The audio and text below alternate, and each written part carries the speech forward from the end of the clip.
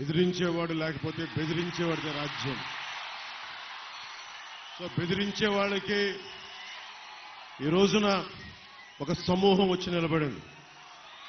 ఆంధ్రప్రదేశ్ని గుప్పిట్లో పెట్టుకొని 5 కోట్ల మంది ప్రజల్ని పట్టుమని 10 మంది, ఇంకా చెప్పాలంటే 5 మంది ఈ రోజున ఆంధ్రప్రదేశ్ని గుప్పిట్లో బెదిరించి 5 కోట్ల మంది ప్రజల్ని బెదిరిస్తూ ఉంటే ప్రజలు తిరుగుబాటు చేసి మాకు ఓటు చెల్లకుండా అన్ని పార్టీలు కలిసి రావాలి అంటే ఈ రోజున ఢిల్లీలో ఉన్న భారతీయ జనతా పార్టీ ప్రధానమంత్రి గారి నాయకత్వంలో ఉన్న మన భారతీయ జనతా పార్టీ నుంచి 4 దశాబ్దాల సుదీర్ఘ అనుభవం ముఖ్యమంత్రిగా పోటీ చేసే మనకి రాష్ట్రాన్ని నడిపిన ఉమ్మడి రాష్ట్రాన్ని నడిపిన అనుభవం, ఎన్ని ఆటుపోట్లున్నా తట్టుకున్న సమర్థత, ధైర్యం, అన్నింటికీ వాటన్నిటితో పాటు జన సైనికులు, వీర మహిళలు 5 సంవత్సరాలుగా వైసీపీ తోటి పోరాటం చేస్తూ ఈ రోజున రాష్ట్రానికి, ఈ రోజున ఈ పొత్తుకే వెన్నంటి ఉన్న వెన్నుదన్నుగా ఉన్న మీ అందరికీ నా హృదయపూర్వక నమస్కారాలు, హృదయపూర్వక ధన్యవాదాలు. ఈ ముఖ్యంగా నిడదవోలు నియోజకవర్గానికి సంబంధించి బురుగుపల్లి శేషారావు గారు చాలా పెద్ద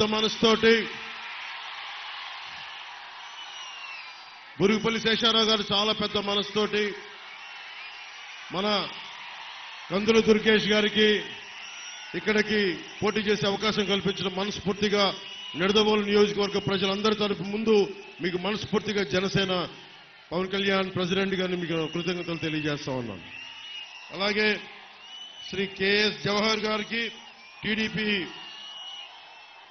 ఉమ్మడి మనకి టీడీపీ ఈస్ట్ గోదావరి జిల్లా అధ్యక్షులు, అలాగే శ్రీ పి దత్తు గారికి Bharatiya Janata party parliament incharge గారికి, బండి సత్యనారాయణ గారికి, అలాగే సుజీ రంగారావు గారికి మంత్రివర్యులు, మాజీ మంత్రివర్యులు, అలాగే కొట్టుకుల్పూడి గోవిందరావు గారికి జనసేన పశ్చిమ గోదావరి జిల్లా అధ్యక్షులు, బివిఎస్ఎన్ ప్రసాద్ గారికి, కందుల దుర్గేష్ గారికి మనస్ఫూర్తిగా మీ అందరి తరఫున కృతజ్ఞతలు, హృదయపూర్వక స్వాగతాలు తెలియజేసుకుంటూ ఒకటే మాట ఇందాక తణుకులో చెప్పాం. మేం మీకు ఇన్ని కోట్ల మంది ప్రజలకి, నలిగిపోతున్న యువతకి ఉపాధి అవకాశాలు, ఉద్యోగాలు, పరిశ్రమలు, అభివృద్ధి దిశగా ఉన్న రాష్ట్రం క్షేమంగా ఉండాలి అని ఆలోచించి చాలా పెద్ద మనసుతోటి అందరం ఒకరినొకరు తగ్గించుకొని, సైజ్ తగ్గించుకొని, చంద్రబాబు గారు కూడా తెలుగుదేశం పార్టీ సంస్థాగత నిర్మాణం ఉండి కూడా రాష్ట్ర ప్రజల క్షేమం కోసం, సంక్షేమం కోసం అందరం సైజులు తగ్గించుకొని ఈ రోజున ఉమ్మడిగా నిలబడతా ఉన్నాం. ఒకటే, మీ భవిష్యత్తు కోసమే, మీ ఉపాధి అవకాశాల కోసమే, మీకు అండదండగా ఉండడం కోసమే. రౌడీ రాజ్యం పోవాలి, రామరాజ్యం రావాలి, ధర్మం నిలబడాలి. ఇందాక తణుకులో నేను ఆఖరణ మాట్లాడాను. మనకి అనుభవం, కూటమి ప్రభుత్వం ఏం చేయబోతుంది, ఎలాంటి కార్యక్రమాలు ఉంటాయి, ఎలాంటి సంక్షేమ కార్యక్రమాలు ఉంటాయి, వీటన్నిటినీ ముఖ్యమంత్రిగా సుదీర్ఘమైన అనుభవం ఉన్న చంద్రబాబు గారు నేను మాట్లాడిన తర్వాత వారి అనుభవంతో చాలా లోతుగా విశ్లేషణతో వారు మనకి మీతో మాట్లాడతారు. దానికి ముందు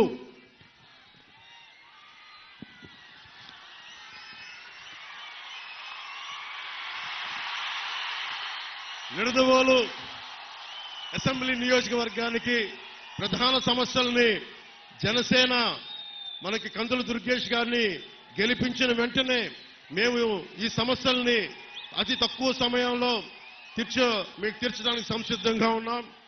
చిన్న కాశీ రేవుకి వెళ్లే మార్గాన్ని పునరుద్ధరణ చేయడం, నిడదవోలులో 100 పడకల ఆసుపత్రి నిర్మాణాన్ని పూర్తి చేయడం, నిడదవోలు పట్టణంలో మనం ఎదుర్కొంటున్న డంపింగ్ యార్డ్ సమస్యని అత్యంత తక్కువ కాలంలో పరిష్కారం చేయటం, గోదావరి జలాల్ని నిడదవోలు పట్టణ ప్రజలకి అందేలా చర్య తీసుకోవటం, స్వచ్ఛమైన నీటిని ప్రజలకు అందించడం, ముఖ్యంగా యువతకి ఒక ఇండోర్ స్టేడియాన్ని నిర్మించడం, నిడదవోలు సమిశ్రగూడెం మధ్య ఉన్న ఈ పురాతనమైన ఓల్డ్ హ్యావ్లాక్ వంతెన స్థానంలో కొత్త వంతెనని నిర్మించడం, కంసాలిపాలెం మాధవరం బ్రిడ్జిని పునరుద్ధరించడం, నిడదవోలు మండలంలో ఆంజనేయపురం సింగవరం గ్రామాల్లో నిర్మించిన టిట్కో ఇళ్లు మనకి చంద్రబాబు గారు 2014లో ముఖ్యమంత్రిగా కేంద్ర ప్రభుత్వం సహకారంతో టిట్కో ఇళ్లు నిర్మిస్తే ఈ రోజు వరకు లబ్ధిదారులకు అందించలేదు. మన కూటమి ప్రభుత్వం రాగానే లబ్ధిదారులందరికీ టిట్కో ఇళ్లని అందిస్తాం. అర్హులైన ప్రతి ఒక్కరికి టిట్కో ఇళ్లని అందిస్తాం. పెరవలి మండలం కేంద్రంలో బస్ స్టాండ్ నిర్మిస్తాం. పెరవలి ప్రభుత్వ ఆసుపత్రిలో మన నేషనల్ హైవే 16కి రోడ్డుకి కొంచెం ఇబ్బందిగా ఉంది. అరటి రైతులు ఇతర రైతాంగం ప్రజలు తణుకు వెళ్ళడానికి ఆ కటింగ్ ని వెంటనే రాగానే వచ్చి చర్యలు తీసుకుంటాం. కానూరు నడుపల్లి తణుకు రోడ్డుని ఆధునీకరిస్తాం. ముక్కాల నుండి పెరవలి వరకు రోడ్డుని ఆధునీకరణ, మర్రెపాలెం బ్రిడ్జిని అందరికి అసౌకర్యంగా ఉంది, దాన్ని వెడల్పు చేయటం. నిడదవోలు అసెంబ్లీ నియోజకవర్గంలో జగన్ పాలనలో రోడ్లు గుంతలమయమైపోయింది. వచ్చిన 3 నెలల సమయంలోనే గుంతలన్నీ పూడ్చి కొత్త రోడ్లకి మాకు వేసే చర్యలను తీసుకుంటామని తెలియజేసుకుంటూ, జనసేన, టీడీపీ, బీజేపీ కూటమి చేపట్టబోయే ముఖ్య కార్యక్రమాల్లో ప్రతి చేతికి పని, ప్రతి చేనుకు నీరు, ఇదే జనసేన, టీడీపీ, బీజేపీ కూటమి లక్ష్యం. బీసీల భవిష్యత్తుకి గ్యారంటీగా నిలబడతాం. మీరు పోలవరం ప్రాజెక్ట్ ఇందాక తణుకులో మాట్లాడుతా ఉన్నా, ఈ ఇరిగేషన్ మంత్రి ఉన్నాడు వైసీపీ మంత్రి. పోలవరం ప్రాజెక్ట్ ఎప్పుడంటే అబ్బని తీయని దెబ్బ ఎంత కమ్మగా ఉందరో అబ్బా అని దానికి డాన్స్ ప్రాక్టీసులు తప్ప ఎవరైనా మంత్రి పోలవరం ప్రాజెక్ట్ ఎప్పుడు నిర్మిస్తారంటే మేము పలానా సమయంలో నిర్మిస్తాం బాధ్యతగా మాట్లాడటం. ఒక్క వైసీపీ మంత్రి ఈ రోజు వరకు సమస్యల మీద స్పందించడం. ఏదైనా మాట్లాడితే చంద్రబాబు గారిని వ్యక్తిగతంగా నిందిస్తారు, నన్ను వ్యక్తిగతంగా నిందిస్తారు. పాపం భువనేశ్వర్ మనకి పురంధేశ్వరి గారి మీద అకారణంగా తిడతారు. అంతే తప్ప మనం అడిగిన దానికి ఒక్కదానికి సమాధానం చెప్పరు. మేమేం అడుగుతున్నాం? ఉపాధి అవకాశాలు ఏమైనాయి? పోలవరం ఎప్పుడు పూర్తవుద్ది? లేదంటే మనకి పోలీసుకి టీఏలు, డిఏలు వాళ్ళకి సరెండర్ లీవ్స్ కి డబ్బులు ఎందుకు చేయట్లేదు? కాంట్రిబ్యూటరీ పెన్షన్ స్కీమ్ ని మీరు రద్దు చేస్తానని చెప్పారు, ఎందుకు రద్దు చేయలేదు? పోలవరం ప్రాజెక్ట్ నిర్మించలేదు. చిన్న చితక నీటి తరహా ప్రాజెక్టులని ఎందుకు పూర్తి చేయలేదు? ఏ ఒక్క దానికి సమాధానం అడిగినా డిఎస్సి నోటిఫికేషన్ ఎందుకు చేయలేదంటే మమ్మల్ని, మా కుటుంబ సభ్యుల్ని అందరినీ పచ్చిగా తిడతారు. ఇలా బూతులు తిట్టే వాళ్ళందరికీ ఒకటే చెప్తున్నాం, భవిష్యత్తులో జనసేన, భారతీయ జనతా పార్టీ చాలా బలమైన సంస్థాగత నిర్మాణంలో తెలుగుదేశం పార్టీ ప్రభుత్వం స్థాపించబోతుంది. ఒకళ్ళొకళ్ళకి తాట తీసి కింద కూర్చోబెడతాం, మర్చిపోకండి.